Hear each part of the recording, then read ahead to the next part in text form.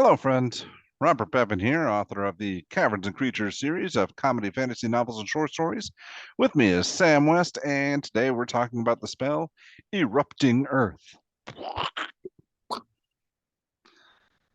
All right, this is who's this for? This is druids and somebody else. Druid, Sorcerers, Wizards. Druid, sorcerers, wizards, level 3, correct? Third level transmutation spell. Uh All right. it's got a casting time of action, range of 120 feet. Oh, sorry, 120 feet. You get me. Yeah, yeah. Verbal somatic material components, which requires a piece of obsidian. Nifty. Doesn't consume it though. Instantaneous duration, choose a point you see on the ground within range. Does have to be on the ground, which is kind of a bummer, but not that big a deal. Well, It it's makes sense for what the erupting spell Earth. does. Yeah. Yeah. A fountain of churned earth and stone erupts in a 20-foot cube centered on that point. Each creature in the area makes a dex save, taking 3d12 damage on a failed save or half as much on a successful one. Additionally, the area becomes difficult terrain. All right. So, damage-wise, we've got to compare it to Fireball. And it loses.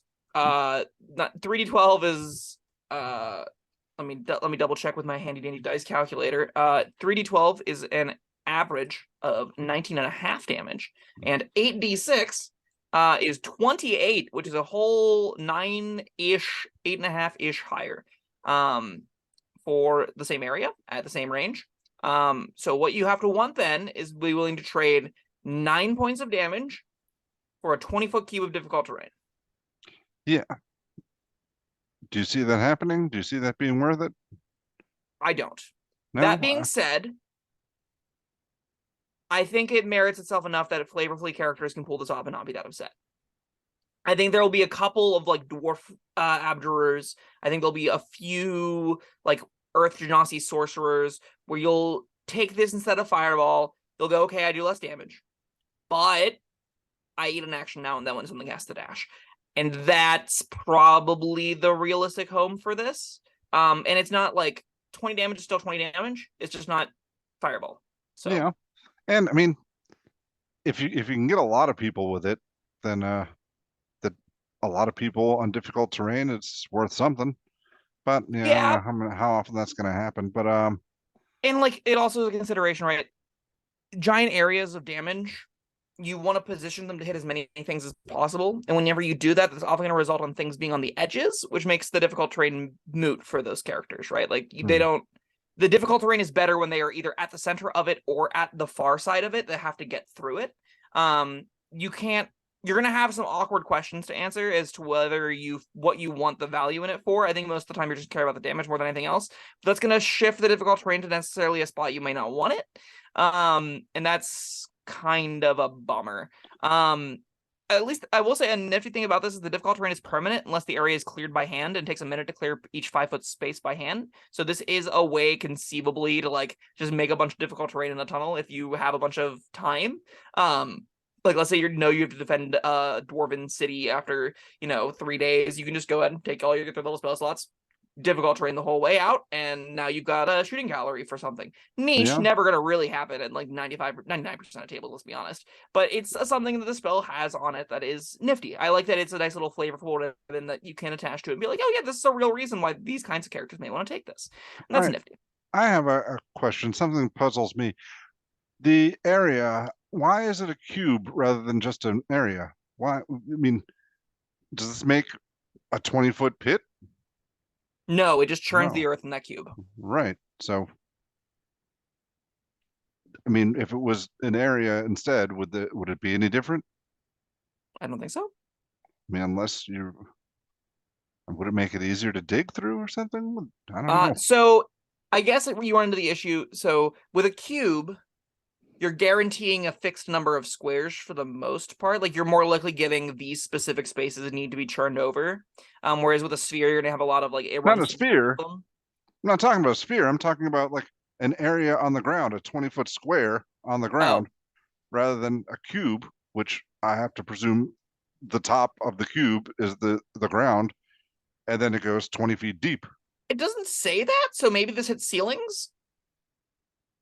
Oh, So yeah, I things guess can't necessarily crawl over the top of them. I guess. I don't know. Yeah. Like mechanically, what's happening very clearly is 3d12 damage. Ground in the area becomes difficult terrain. The erupting earth bit is all fluff, right? None of that Right. actually physically happens as far as the game is concerned, if we consider this like a game engine. Yeah, because you think if I mean, and that's why it really puzzles me that it's a cube, because Yeah, I it's agree. erupting Earth. If 20 feet deep of Earth just shoots out, It you goes know, somewhere, right? well, it goes back down after the that creatures that were standing on it fall in and buries everyone alive. that sounds cooler than this. What this is Fireball Junior with an entanglement slapped onto it. Sure. I wish this was more like what you're describing, because that sounds way cooler. Maybe like things are restrained initially in the earth as it erupts around it, and that it gives you a better indication, like physically a better match of the mechanic to the words. Yeah, but what actually happens is a lot lamer than that. It just kind of like rumbles and then it goes and then goes back down, I guess, and that's now like destabilized. Yeah. And it like explode. I guess so okay, I figured it out. Why the cube matters is the Earth erupts to fill the space before landing back down. And like it isn't necessarily entirely vacating, it's like a bunch of it bursting out, hypothetically. So it blows up and hits things in that cube. So like a flying creature hovering 20 feet above this gets hit by the erupting Earth Oh, before it comes back and settles onto the ground.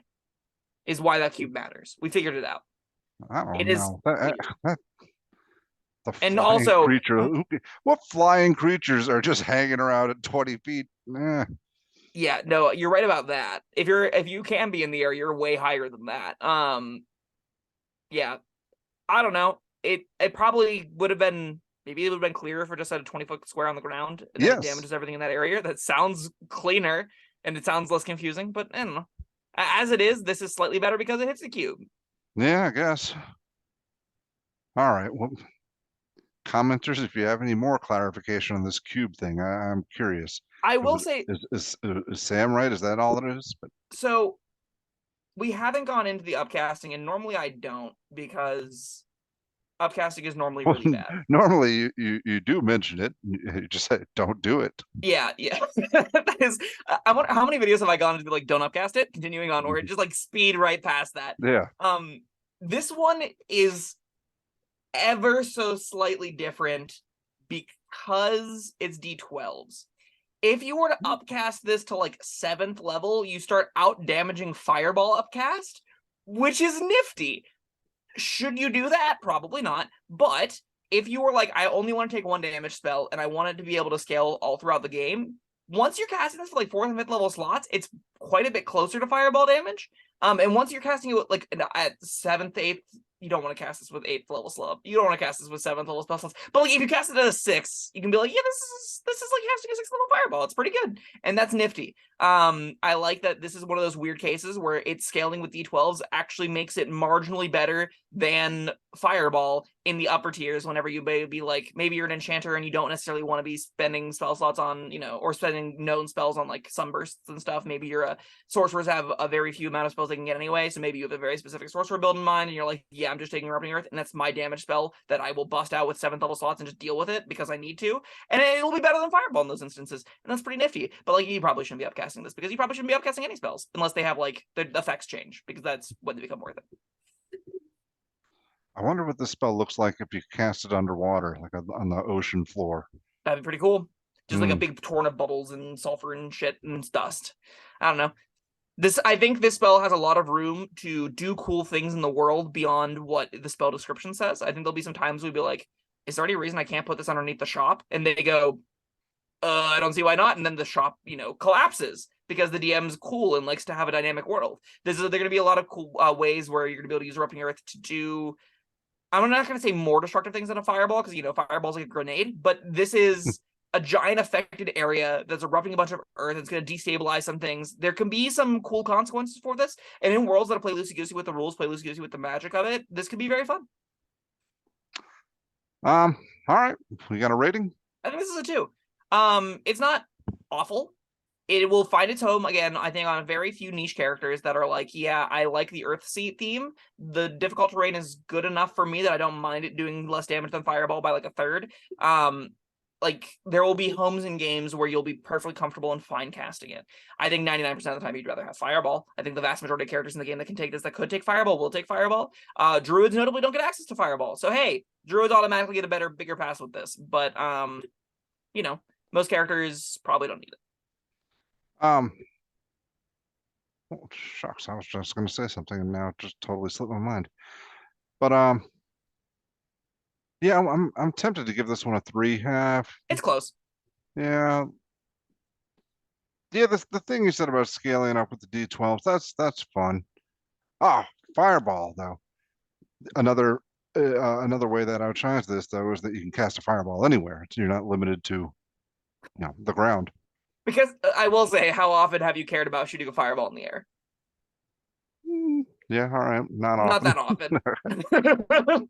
But no, I mean there would be cases like I Yes. mean, yeah, it's an area of effect spell, and that's where its power is. But Yes. if you've got one On flying enemy, boats, or like yeah, like even just when you on are boats too. elevated above Earth, boats is really big. You can cast a fireball on a ship. You can't cast or Erupting Earth on a ship. So that's gonna be meaningful upside that makes fireball. Oh, I can cast fireball anywhere. Great. Yeah. But yeah, I'll give it a 3 just to be nice, and because Nice. I've agreed with you in the past 2 Sure. videos.